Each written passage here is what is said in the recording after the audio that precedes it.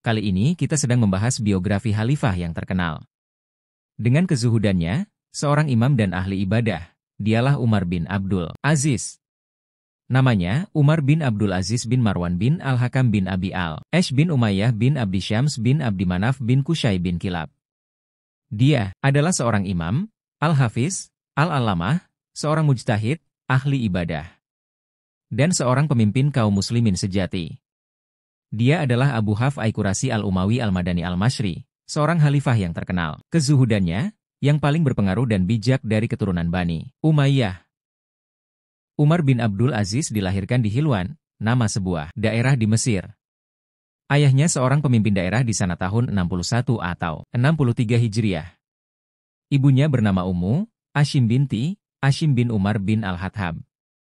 Dia merupakan tokoh pembaharu pertama bagi generasi muslim pada periode 100 tahun pertama, orang yang biografinya paling harum dan disenangi untuk dicontoh, paling baik perilakunya dan semua orang dapat menerima sosok kepribadiannya, karena dialah yang mengkampanyekan keadilan kepada dunia, setelah sebelumnya dunia ini dipenuhi tindak kriminalitas dan kezaliman.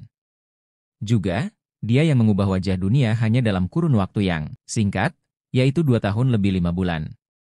Setelah itu, dia berpulang ke rahmatullah dan menemui Tuhannya.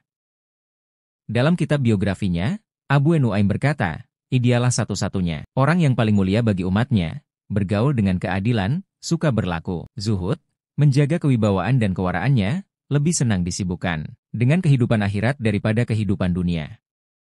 Motonya adalah menegakkan keadilan dan memberantas pengganggunya. Dia sangat mencintai rakyatnya, memberikan keamanan kepada mereka, dan dapat dipercaya.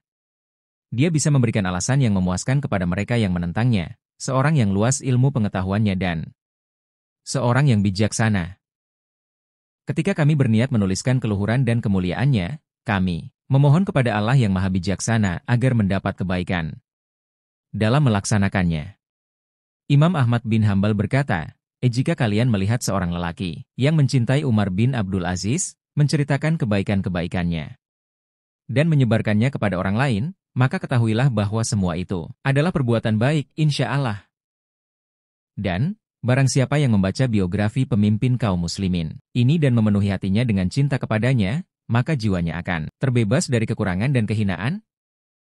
Tanda-tanda kebesarannya, kebangsawanannya, ini sudah terlihat pada dirinya semenjak kecil. Dia telah hafal Al-Quran secara keseluruhan, tidak suka bermewah-mewah dan menghambur-hamburkan harta seperti yang banyak dilakukan kaum bangsawan pada umumnya. Bahkan, dia lebih suka mencari kehormatan dan kemuliaan yang sejati dan abadi. Dia pergi ke kota Rasulullah untuk berguru kepada para fuqaha, ahli fikih, di kota Madinah. Mempelajari ilmu, perilaku dan identitas mereka. Sama sekali tidak terbersit dalam hatinya untuk menduduki jabatan kekhalifahan, dia juga tidak berasal dari keturunan khalifah yang menjabat saat itu, walaupun dia keturunan Umar bin Al-Hattab, karena dia adalah putra Abdul Aziz bin Marwan, sedangkan kekhalifahan dipegang keturunan dari Abdul Malik bin Marwan. Akan tetapi kehendak Allah memilihnya untuk memegang jabatan itu, padahal dia waktu itu masih muda. Dia hanya memerintah dalam waktu yang sangat singkat, 2 tahun, lebih 5 bulan, hampir sama dengan masa kekhalifahan Abu Bakar As-Siddiq, dalam memberantas kezaliman, menugaskan dan mengangkat orang-orang yang terkenal dengan kebaikan dan kesalehannya dalam menjalankan pemerintahan dan menjauhkan jabatan dari orang-orang yang zalim dan sesat. Sehingga, kebijaksanaannya ini telah menjadi poin penting dan positif bagi penilaian para ulama hadits, al-jarh wa at-ta'dil, terhadapnya. Dengan menempatkan orang-orang saleh dalam struktur pemerintahannya. Umar bin Abdul Aziz telah memuliakan agama Allah, meninggikan menara sunnah, menghancurkan segala bentuk bid'ah sampai ke akar-akarnya. Sehingga ahli bid'ah harus menerima kekalahan dan kehinaan mereka, serta tidak berani memperlihatkan bid'ah yang mereka lakukan dengan terang-terangan. Selain itu, dia juga memerintahkan dilakukannya pengumpulan dan penulisan kembali hadits-hadits Nabi Muhammad, sehingga manfaat dan kebaikan yang didapat jauh lebih banyak dan membuat semua keperluan untuk membantu lancarnya ibadah bisa teratur.